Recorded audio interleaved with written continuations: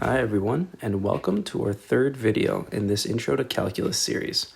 Today we're going to be talking about derivative properties, and we'll also be going over how to differentiate different types of functions. Let's jump right into it with some derivative properties. First up is the derivative of a constant. As there's no change in value for a constant, it makes sense that the rate of change must be zero. Next up, we have the addition of two differentiable functions. Derivatives follow the rules of linearity. Therefore, the derivative of two differentiable functions, added or subtracted, is just the derivative of those two functions added or subtracted. 4 follows the same rule. At 3, we see that the derivative of a constant times a differentiable function is just the constant times its derivative. It's pretty straightforward. From 5 onwards, they get a little tricky. For this video, I will not include a proof as to why these rules work the way they do, but if you'd like me to do that, I can include it in another video, so leave a comment if you'd like to see it. So at 5, we have the product rule, and it basically says that when you differentiate a product of two functions, that you need to multiply the derivative of function 1 times function 2, added to the derivative of function 2 times function 1. 6 is the quotient rule, and that states that when differentiating a division of two functions, you multiply the derivative of function 1 times function 2 minus the derivative of function 2 times function 1.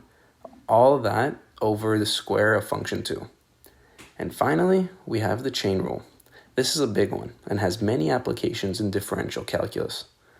To use the chain rule, you must first take the derivative of the outside function and then multiply it by the derivative of the inside function. Don't worry if this all feels like information overload. We will do lots of examples at the end of the video to help you understand all of these properties. Now we're going to learn some differentiation methods. Now, we can use the first principles method to differentiate any function we please, but as the functions get more complex, it gets very tedious very quickly. For algebraic functions, the best way to differentiate them is by using the power rule, and the power rule works as so. You multiply your function by n and then subtract 1 from the n in the exponent. That's it. It's that easy. So if you want to find the derivative of x to the n, all that would be equal to is n times x all to the exponent of n minus 1. That's it. Let's do an example. Let's say we want to find the derivative of x to the 4th. To do this, all we need to do is multiply x by 4 and subtract 1 from the exponent, which gives us 3. And that's the answer. Let's do an example a little bit more tricky. Let's apply some of our derivative properties. So let's say we want to take the derivative of 3x squared. Well, the same rules apply. We know that the derivative of a function times a constant is just that constant times the derivative. So we know that we're going to have 3 times our derivative. And what's our derivative? We have to bring down the 2. So it would be 2x, and then exponent minus 1 to the power of 1, which is equal to 6x. And that's it. That's all there is to it. Now we're on to trig derivatives. The proof for these two derivatives is quite rigorous, so I've left it out of this video. But again, if you'd like to see it, just drop a comment and I'd be more than happy to go over it with you guys. In order to differentiate trig functions, all you need to know is that the derivative of sine x is cos x, and the derivative of cos x is negative sine x. Now let's do some examples with this. Let's say we want to differentiate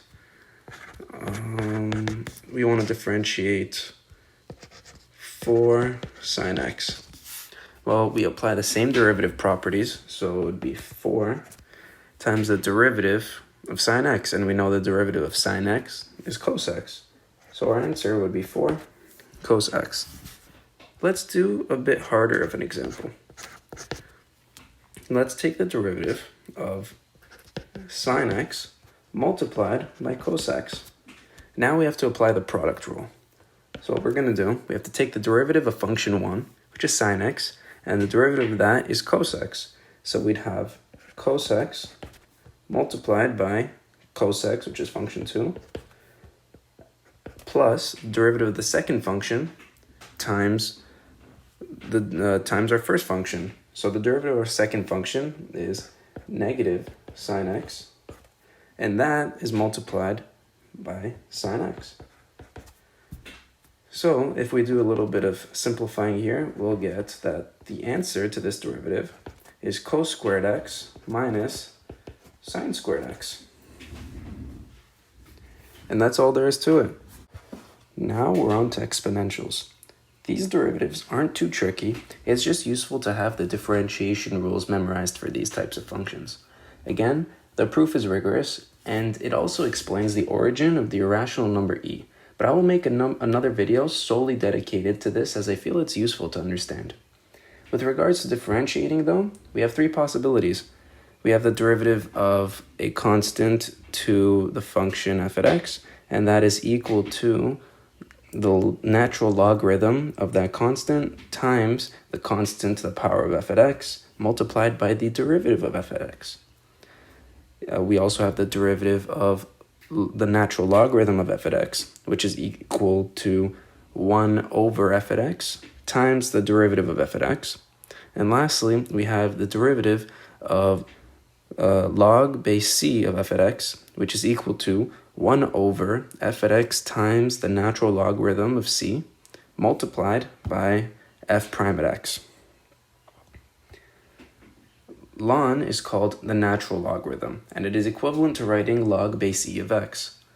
For the purposes of this video, no more understanding is needed beyond knowing that e is an irrational number approximately equal to 2.7183. Let's do a few examples. Let's try differentiating e to the x. So let's apply our differentiation rule. So this follows a constant to the power of f at x, where our constant is e and our power is x.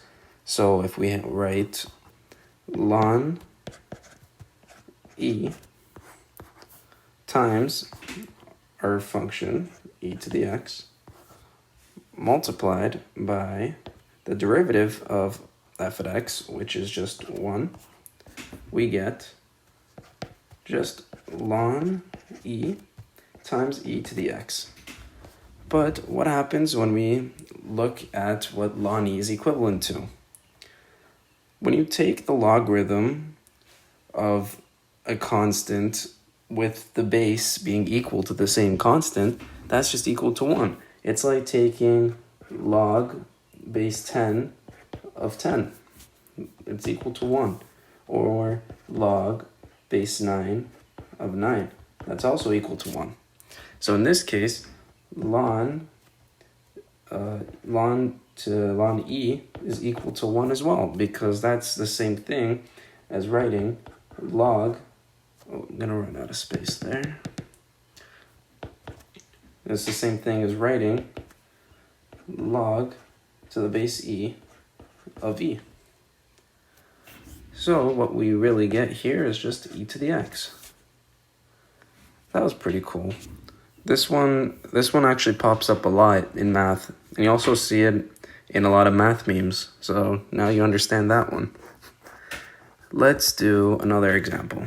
Let's look at the derivative of ln 3x squared. We're going to apply our derivative rules again. So which one does this fit under? This fits under the second one. We know the derivative of ln to the f at x is equal to 1 over f at x times f prime at x. So we have 1 over 3x squared, which is our f at x, times its derivative. So here we need to apply the power rule. What's the derivative of 3x squared? The derivative of 3x squared is equal to 6x, like we saw earlier. So we just have to multiply this by 6x, which means our final answer is 6x over 3x squared, which can also be rewritten as 2 over x. Last but not least, we're on to the chain rule. Recall that the derivative of f at g at x is equal to f prime at g at x multiplied by g prime at x. In order to solve questions where the derivative may incorporate multiple functions, this is the most useful method to use. Let's look at example 1. We see that our outer function, or let's say our f at x equivalent, or would be sine x. Oh, my bad. Would be equal to sine x. And our g at x component would be 3x squared. So if we differentiate according to the chain rule, then we'd have f prime, which is cosine of g at x. So then that would mean that this is equal to cosine of g at x, which is 3x squared, multiplied by the derivative of 3x squared, which we've established earlier, that is 6x. And that's the answer. That's it. This also applies to different types of functions, like rational functions, for example. If we look at example 2, if we try to differentiate this, an easier way that I like to look at this would be 6x minus 4 to the power of 1 over 2 prime. And if we differentiate that, our outer function would be, so our f at x would be like x to the 1 over 2. And our g at x would be like 6x minus 4. So if we want to differentiate this, all we need to do is take the derivative of our f function with the argument of g at x. So what is the derivative of our f at x? That would be 1 over 2 multiplied by our g at x, so 6x minus 4, and then our exponent minus 1, which gives us negative 1 over 2. Now we have to multiply by the derivative of the inside function, and that would be the derivative of 6x, which is just 6, times the, plus the, the derivative of 4, which is 0. So our final answer is just this. So now we're going to wrap up this video with some harder examples. Feel free to pause this video now and give these a shot yourself, and then play the video when you feel like you're ready to compare your answer. So we're going to start with the first one. The first one is the derivative of 3 to the power of sine x, or sine of e of x. My bad. So what we're going to do, we see that this is an exponential function. So we have to apply the exponential function differentiation rules. So this would be equal to, we have just our normal exponential function, so 3 to the sine of e of x multiplied by ln of 3 multiplied by the derivative of our exponent. And the derivative of sine of e at x, we need the chain rule to solve. So if we want to find, on a side note here, we want to find d of dx of sine e to the x. We have to take the derivative of the outside, multiply it by the derivative of the inside. So the derivative of the outside is going to be equal to cosine e at x multiplied by the derivative of e at x, which we established earlier in the video, is just equal to e of x, or e to the power of x, sorry. So all we need to do is plug in this answer to here, and that's our final answer. So if we write it all out, we have 3 to the sine of e at x multiplied by ln 3 multiplied by cosine e at x times e to the x. And that is our final answer. It was a little lengthy, I know, but sometimes derivatives come up this way. That's what we gotta do. On to example 2. This one is also going to be a little bit lengthy, I'm not going to lie to you. So let's just get right into it. So I look at the first term and I see that we have an algebraic function times an exponential. The first thing I think to do is apply the product rule. The product rule is when we take the derivative of the first multiplied by the second and then vice versa. So the derivative of t is going to just be 1. So we'd have 1 times e to the 6t plus, and now we need to take t and multiply it by the derivative of e to the 6t. So we have, on a side note actually, we can apply the chain rule to this. So we know that we have to take the derivative of our outside function and multiply it by the inside function. Our outside function would just be e to the x, which we know is just going to be e to the x times the derivative of our exponential. So, and the derivative of our exponential is going to just be 6. So, if I just write this out quickly, our g at x will be 6t. Then the derivative of this would just be equal to 6 times e to the 6t. And that's it. So that is our first part of it. I'm just going to plug in that answer here. So we know that it's going to be t times 6, oh, my bad, e times 6, e to the 6t. And now we have our second term, which is 6 cosine 3x. Now we have to apply our property where you multiply a constant times a function. It's just equal to the constant times the derivative of that function. So we know it's going to be 6 times the derivative of cos of 3x.